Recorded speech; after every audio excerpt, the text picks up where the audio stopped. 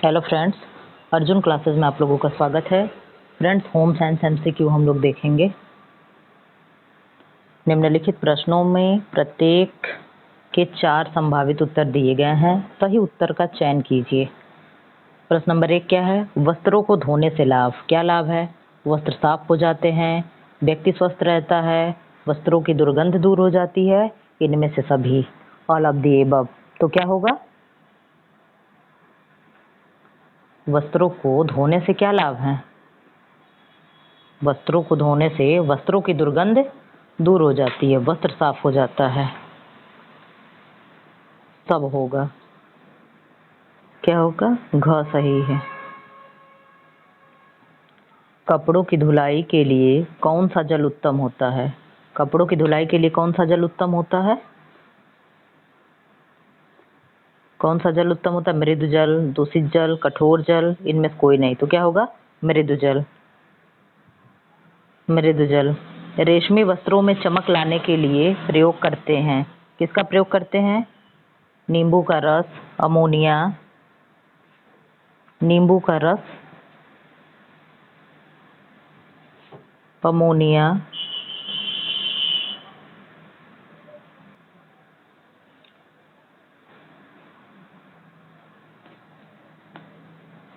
आय व्यय में संतुलन बनाए रखने हेतु कौन सा साधन उत्तम होता है? वार्षिक बजट, मासिक बजट, साप्ताहिक बजट, दैनिक बजट। तो क्या उत्तम होता है? मासिक बजट। आदर्श पारिवारिक बजट माना जाता है। किसको मानते हैं? घाटे का बजट, संतुलित बजट, बचत का बजट, दैनिक बजट। तो आदर्श किसको मानते हैं? बचत का बजट। बजट वही आदर्श होता है जिसमें कुछ इनकम बचाया जा सके। और सबसे खराब कौन सा बजट माना जाता है? घाटे का बजट। घाटे के बजट में क्या होता है? हमारी इनकम है 10 रुपए, हम खर्च करते हैं 11 रुपए। और बचत का बजट क्या होता है? हमारी इनकम अगर 10 रुपए है तो हम खर्च करेंगे 8 या 9 रुपए, ज़्यादा से ज़्यादा बचत का। और संतुलित बजट क्या है? अगर मेरी इनकम 10 है तो 10 ही हम खर्च करते हैं, ना मैंने किसी से लिया और ना भविष्य के लिए कुछ बचत किया। बजट का नियम किसने दिया है? बजट का नियम किसने दिया है? मेयर्स ने, एंजल्स ने, मार्शल ने, हिक्स ने। किसने दिया है? एंजल ने। दैनिक जीवन में किसकी बचत अति आवश्यक है? समय, धन, श्रम, इनमें सभी। तो किसका है? किसका बचत जरूरी है, अति आवश्यक है? धन का। सर्वोत्तम पारिवारिक बजट किसे माना जाता है? घाटे का बजट, बचत का बजट, संतुलित बजट, इनमें से कोई नहीं। तो किसको मानते हैं? संतुलित बजट को। आय व्यय को संतुलित बनाए रखने में के लिए किसकी आवश्यकता पड़ती है? बचत की, बजट की, ब्याज की, बैंक की। तो किसकी होगी? बजट की। किसकी होगी? बजट की। जीवन स्तर को ऊंचा उठाने के लिए गृहिणी को चाहिए, क्या चाहिए? घर का काम स्वयं करना, घर का काम नौकरों से कराना, वैज्ञानिक दृष्टिकोण रखना, पढ़ना लिखना। तो क्या चाहिए? घर का काम स्वयं करना। पारिवारिक बजट बनाने का उद्देश्य क्या है? बचत करना, व्यय पर नियंत्रण, आय का ज्ञान। उपर्युक्त सभी। तो क्या होगा? उपर्युक्त सभी। उपर्युक्त सभी। कौन सा बजट का मुख्य मद नहीं है? भोजन, शिक्षा, मकान, फैशन। फैशन नहीं है, क्या है? रोटी, कपड़ा और मकान। पारिवारिक बजट का सिद्धांत किसने प्रस्तुत किया? किसने प्रस्तुत किया? एंजिल ने। गृह अर्थव्यवस्था को सुचारू बनाने के लिए आवश्यक है, क्या है? आय का अधिक होना, आय का अधिक होना, साधन संपन्न होना, साधन से संपन्न होना, आय के अनुसार बजट, व्यय का बजट तैयार करना, कंजूसी करना। तो परफेक्ट आंसर क्या है? ग। क्या है? आय के अनुसार व्यय का बजट करना, बजट तैयार करना।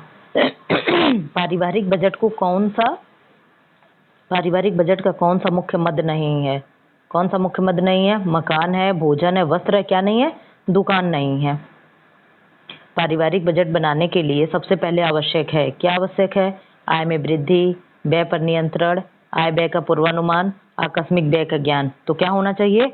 आय व्यय का पूर्वानुमान होना चाहिए। पारिवारिक बजट बनाने के लिए सबसे पहले आवश्यक क्या है?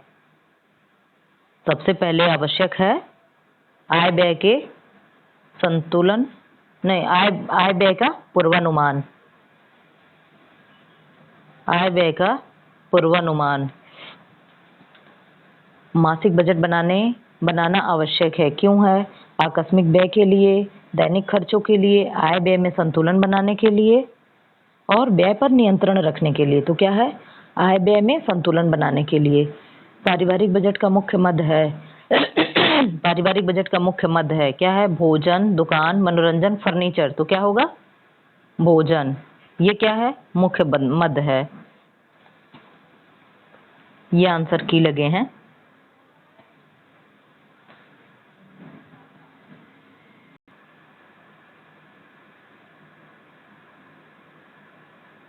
कूड़ा करकट नष्ट करने के उपाय क्या हैं? जलाकर, छांटकर उसका प्रयोग, खाद बनाकर, इनमें से सभी। तो क्या होगा?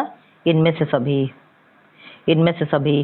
सफाई का आधुनिक उपकरण क्या है? वैक्यूम क्लीनर, गीजर, इनमें सभी। ओवन। ओवन। तो क्या होगा? सफाई का आधुनिक क्या है? Vacuum cleaner. वैक्यूम क्लीनर किस पे काम करता है? किस सिद्धांत पे? चूसड़ सिद्धांत पे काम करता है। किससे चलता है? बिजली से चलता है। आप लोग देखे होंगे, एक मशीन होती है, मोटर लगी होती है, इसमें पाइप होती है बड़ी सी, और यहाँ से जैसे प्रेशर ऑन करते हैं, सारे जितने भी डस्ट होते हैं इनको सब खींच लेता है। वैक्यूम क्लीनर का प्रयोग किया जाता है बर्तन की सफाई के लिए, फर्नीचर को पॉलिश करने के लिए, धातुओं को चमकाने के लिए, घर की सफाई के लिए। तो क्या करते हैं? घर की सफाई के लिए। कार में भी कार साफ़ करवाने जाते हैं तो अंदर तो पानी डाल नहीं सकते हैं, तो उसको क्या करते हैं? वैक्यूम क्लीनर को चूसड़ विधि पे उसके सारे डस्ट को सुखवा लेते हैं। चांदी के बर्तन की सफाई के लिए क्या करते हैं? किससे करते हैं? चूने के पानी का प्रयोग करते हैं, मिट्टी के तेल का, सर्फ की सफाई का, पेट्रोल का प्रयोग करते हैं। तो किसका करते हैं? सर्फ का प्रयोग करते हैं। कूड़े कचरे के निष्कासन का सर्वोत्तम साधन है क्या है? कूड़े कचरे को जला देना, कूड़े को बहा देना, गड्ढों में डालकर पाट देना, शुष्क विधि द्वारा। तो क्या करते हैं? गड्ढों में डालकर पाट देते हैं। कूड़े कचरे जैसे उसमें प्लास्टिक नहीं डालते हैं, ऐसे चीज़ को डालते हैं जो पर्यावरण में, जो मिट्टी में हमारे मिल जाए, जो सड़ के खाद बन जाए। जैसे सब्जी के छिलके हो गए, फल के छिलके हो गए, तो उसको क्या करते हैं? ज़मीन में खोद कर गाड़ देते, तो उससे क्या होता है? कंपोस्ट तैयार हो जाता है। तांबे की वस्तुओं को कैसे साफ़ करते हैं? सिरका नींबू द्वारा, नमक व सोडा द्वारा, साबुन व पानी द्वारा, चूना द्वारा। तो किससे साफ़ करते हैं? किससे साफ़ करते हैं? चूने द्वारा। स्टील के बर्तन को साफ़ करते हैं राख से, सूखे चूने से, सोडे के घोल से, बिम से। तो कैसे साफ़ करते हैं? बिम से। हर किसी के घर में बिम साबुन यूज होता है।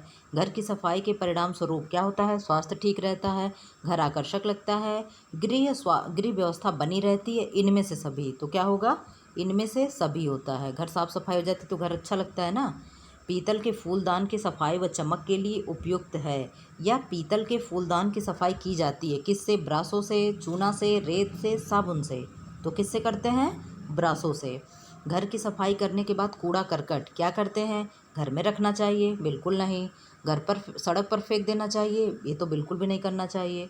कूड़ेदान में डालना चाहिए? ये परफेक्ट है। नाली में डालना चाहिए? नाली भट जाएगी तो पानी नहीं सही से जाएगा। इसमें से ये क्या होगा? कूड़ेदान में डालना चाहिए। कूड़ेदान कितने प्रकार के होते हैं? 3 रंग के। कौन कौन?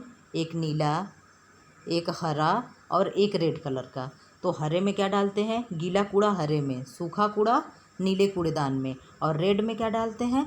मेडिकल से रिलेटेड, जैसे सुई, इंजेक्शन हो गया, और कोई दवा हमने निकाली उसकी शीशी हो गई, तो ये क्या करते हैं? हम ये रेड में डालते हैं। कितने प्रकार की डस्टबिन होती है? 3 प्रकार की। कौन कौन सी? हरे कलर की, ब्लू कलर की, ब्लू कलर की और रेड कलर की। ग्रीन में क्या है?